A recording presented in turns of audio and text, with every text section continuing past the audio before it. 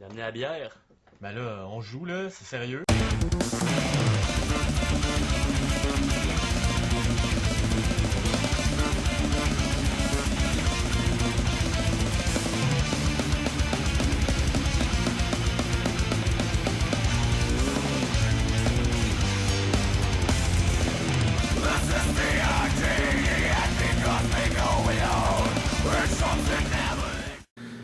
Bonjour à tous et bienvenue à un autre épisode du Docteur Critique. Avant de commencer ma critique, je tiens à vous avertir que ça fait longtemps que j'ai pas parlé devant une caméra et en plus je suis congestionné. Donc fort probable que je bégaye un peu et que vous avez de la difficulté. Vous aurez peut-être de la difficulté à comprendre ce que je dis parce que je parle du nez incroyablement. Donc aujourd'hui, je vais m'intéresser à la série Age of Cthulhu, c'est-à-dire une série qui a été publiée par Goodman Games.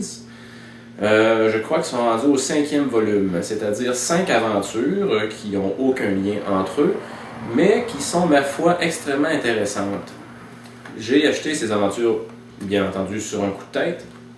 Je les ai lues et je dois dire que j'ai été agréablement surpris par la structure.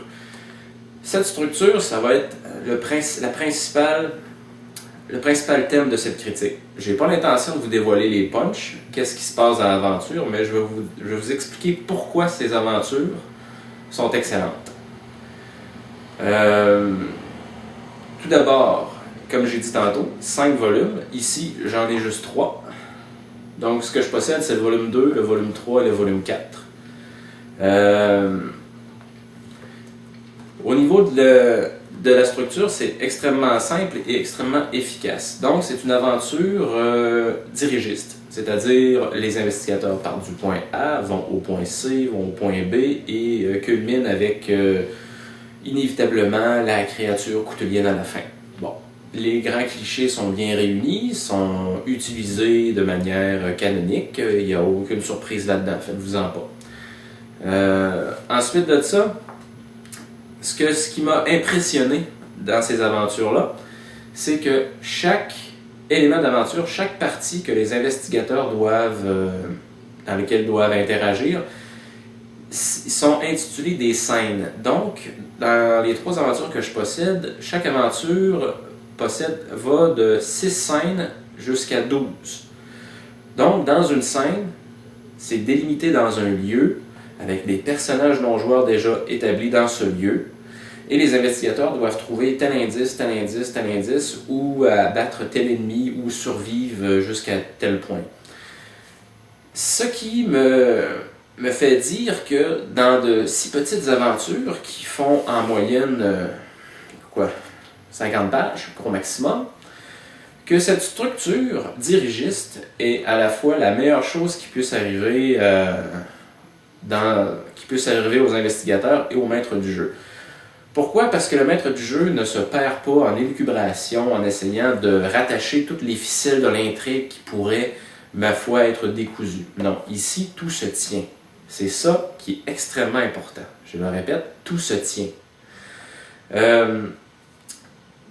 Autre chose qui est canonique et extrêmement bien utilisée, je l'ai déjà répété souvent dans mes autres critiques d'aventure ou de suppléments de l'appel de Cthulhu. Il y a une caractéristique principale pour Cthulhu, c'est que dans les aventures, vous avez beaucoup de personnages non-joueurs et beaucoup d'aides du jeu. Et dans la série Age of Cthulhu, c'est effectivement le cas.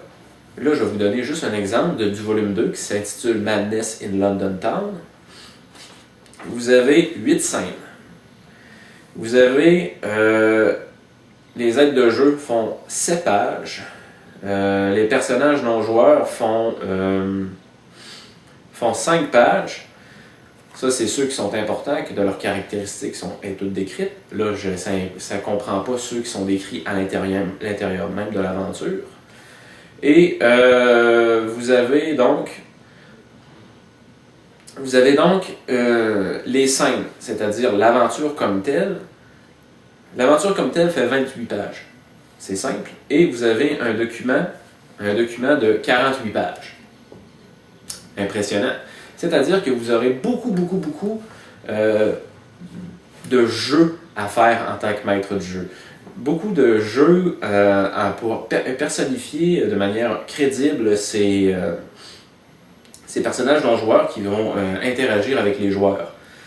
Et ceci est extrêmement bon. Je le répéterai et je le répète toujours, quand il y a une aventure avec beaucoup de personnages non-joueurs et que chacun de ces personnages non-joueurs est probant, c'est-à-dire qu'il apporte quelque chose à l'intrigue et n'est pas juste là pour se faire tuer, eh bien, la qualité de l'aventure grimpe en flèche.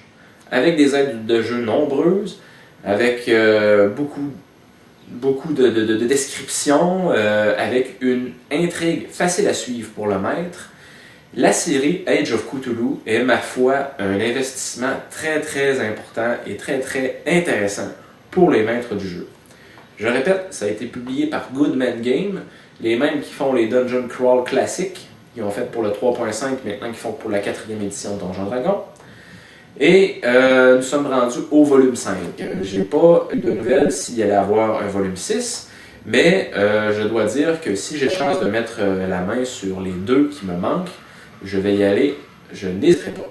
Et je vous le conseille aussi, ces aventures sont pour vous. Donc, le volume 2, Madness in London Town, le volume 3, Shadow of Leningrad. Vous voyez déjà, Leningrad, c'est rare les aventures des années 20 qui se trouvent à Leningrad.